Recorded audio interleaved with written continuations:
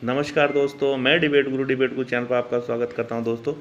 दोस्तों जैसा कि हमने पहली वीडियो में अपने गुर्जर राजाओं के बलिदान के बारे में सुना था, उसी कड़ी को हम आज आगे बढ़ाते हुए इसको थोड़ा सा आगे बढ़ाते हैं। तो आज हम डॉक्टर एल मुखर्जी, जो गुर्जर राजाओं के बारे में लिखते हैं, उनके वक्तव्य पढ़ेंगे। तो इसमें क्या है दोस्तों, डॉक्टर एल मुखर्जी जो कहते हैं, उन्होंने भारत के इतिहास में लिखा है कि गुर्जर प्रतिहार वंश भारत का अंतिम साम्राज्यवादी हिंदू राजवंश था। तो गुर्जर प्रतिहार वंश हमारा जो हिंदुओं के अंदर जिन लोगों ने भारत पर राज्य किया था, वो अंतिम वंश था जिसने अरब आक्रांताओं का डटकर मुकाबला किया और अपने जीते जी उन्हें भारत में घुसने नहीं दिया। ठीक है दोस्तों। अब क्या है, यहाँ पे डॉक्टर एल मुखर्जी हैं, वो कहते हैं कि गुर्जरों को साम्राज्यवादी, वो गुर्जरों को साम्राज्यवादी नहीं मानते हैं। क्यों नहीं मानते हैं? क्योंकि साम्राज्यवादी का दोस्तों मतलब है कि वो अपनी भूमि पर तो राज्य करेगा ही, लेकिन दूसरों की भूमि पर भी नज़र रखेगा। जबकि हमारे गुर्जर शासक थे, इनमें ऐसी कोई बात नहीं थी। ठीक है दोस्तों। हम सिर्फ अपनी भूमि तक ही सीमित थे। हमें अपनी भूमि हम छोड़ेंगे नहीं और दूसरे की हम लेंगे नहीं। ठीक है दोस्तों। हमें जो हमारी पूर्वजों से प्राप्त भूमि थी, उसी से हमें मतलब था। तो यहाँ पर क्या कहते हैं कि यद्यपि हम गुर्जरों को साम्राज्यवादी नहीं मानते, डॉक्टर एल मुखर्जी कहते हैं इस चीज़ को, क्योंकि गुर्जर यदि अपने साम्राज्य का विस्तार कर रहे थे तो वह अपने पूर्वजों के द्वारा शासित की गई उस भूमि को ही लेने का प्रयास कर रहे थे जो विदेशी आक्रमणकारियों ने किसी समय विशेष पर भारत से जबरन हत्या ली थी, या किसी कारण से वह भूमि अब भारत के शासकों के अधीन न रहकर पराधीन हो गई थी। ये आपको मानना पड़ेगा कि सिर्फ हम अपनी भूमि के लिए लड़े हैं।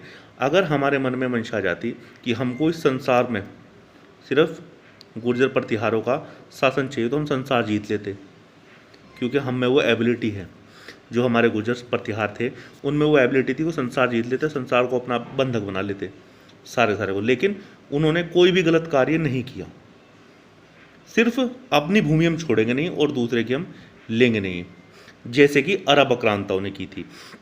यहाँ पर साम्राज्यवादी शासक का मतलब समझा गया है कि जो दूसरे देश पर इस उद्देश्य से आक्रमण करता है कि वह उसे लूटेगा और वहाँ के निवासियों के साथ अत्याचार करते हैं, उनका धन हड़पेंगे, साथ ही उनकी महिलाओं के साथ दुर्व्यवहार करेगा, बच्चों तथा वृद्धों का वध करेगा, उस देश का फिर बलात् अपना अधिकार कर शासन भी करेगा। भारत के किसी भी हिंदू शासक के भीतर यह दुर्गुण नहीं था। कोई भी साम्राज्यवादी नहीं था।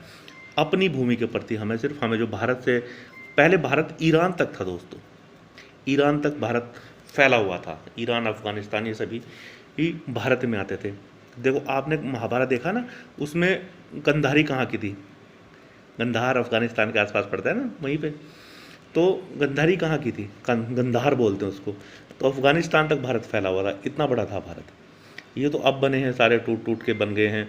पाकिस्तान, सब जो अफगानिस्तान, ईरान वीरान, सब अभी टूट टूट के बने। नहीं तो पुराने समय में भारत वहाँ तक फैला हुआ था।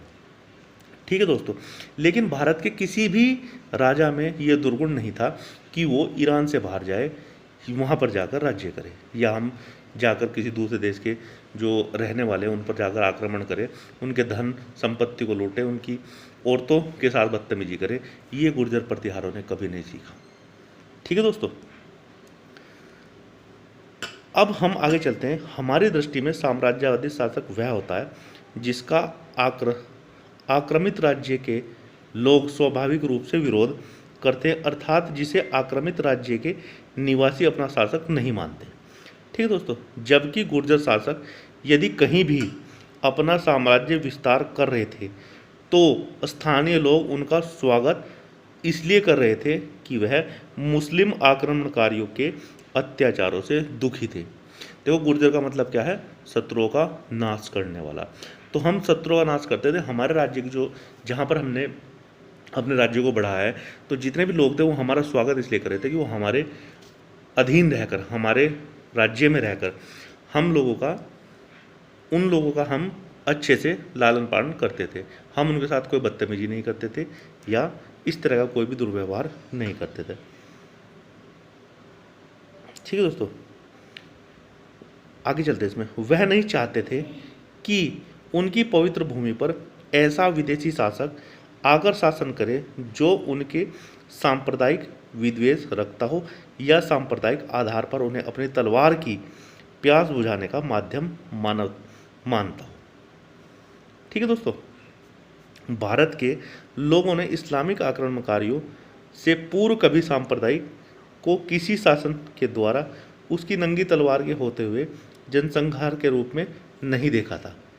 सिर्फ अरब आक्रांता थे, उन्हीं को देखा था तलवार के बल पर इस्लाम को फैलाते हुए। इसलिए वह ऐसे ही शासन की कामना करते थे जो उनसे पुत्रवत स्नेह करता हो। स्पष्ट है कि उनकी अपेक्षाओं का सम्मान करते हुए यदि हमारे गुर्जर शासक या उनके पूर्ववर्ती कोई शासक ईरान तक शासन करते हुए गए थे तो वह वहाँ की हिंदू जनता ने उनको यह सोचकर अभिनंदन किया था कि उनके दुखों का हरण करने वाले आ गए हैं। हमारे पूर्वज जो थे, हमारे गुर्जर प्रतिहार वंश के, अपनी प्रजा को पुत्रवत रखते थे।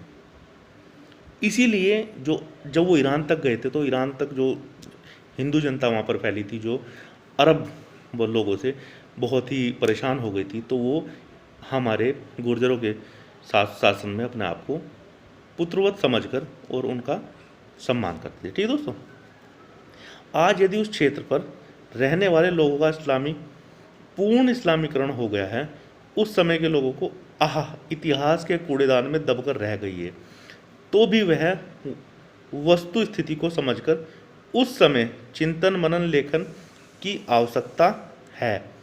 तभी हम निष्कर्ष निकाल सकते हैं कि हमारे गुर्जर शासक साम्राज्यवादी थे या लोगों के लोकतांत्रिक अधिकारों के लिए लड़ने वाले न्यायिक लोग थे। ठीक है दोस्तों, अब डॉक्टर साहब क्या कहते हैं कि इस बात के बहुत ही अधिक प्रमुखता मिलनी चाहिए कि गुर्जर शासकों के कारण अरब आक्रांताओं को भारत में प्रवेश करने का अवसर उपलब्ध नहीं हुआ। गुर्जर शासक के रहते हुए अरब आक्रांता बहुत ही निराश थे। तो दोस्तों, इस सारे वक्तव्य का जो निचोड़ निकलता है ये यही है कि जो हमारे गुर्जर प्रतिहार वंश था वो साम्राज्यवादी नहीं था। अगर हम साम्राज्यवाद पर आते तो दुनिया की कोई ताकत गुर्जरों को इस पूरे के पूरे वर्ल्ड पर अपना अधिकार जमाने से नहीं रोक सकती थी। ठीक है दोस्तों, क्योंकि हम साम्राज्यवादी नहीं थे। हमारे प्रजा थी, वो हमारे अंडर में जो प्रजा थी, हमारे राज्यों में जो रहते थे, उनसे हमारा व्यवहार पुत्रवत था। ठीक है दोस्तों, इसके बाद मैं नेक्स्ट वीडियो में अपने आप को बताऊंगा।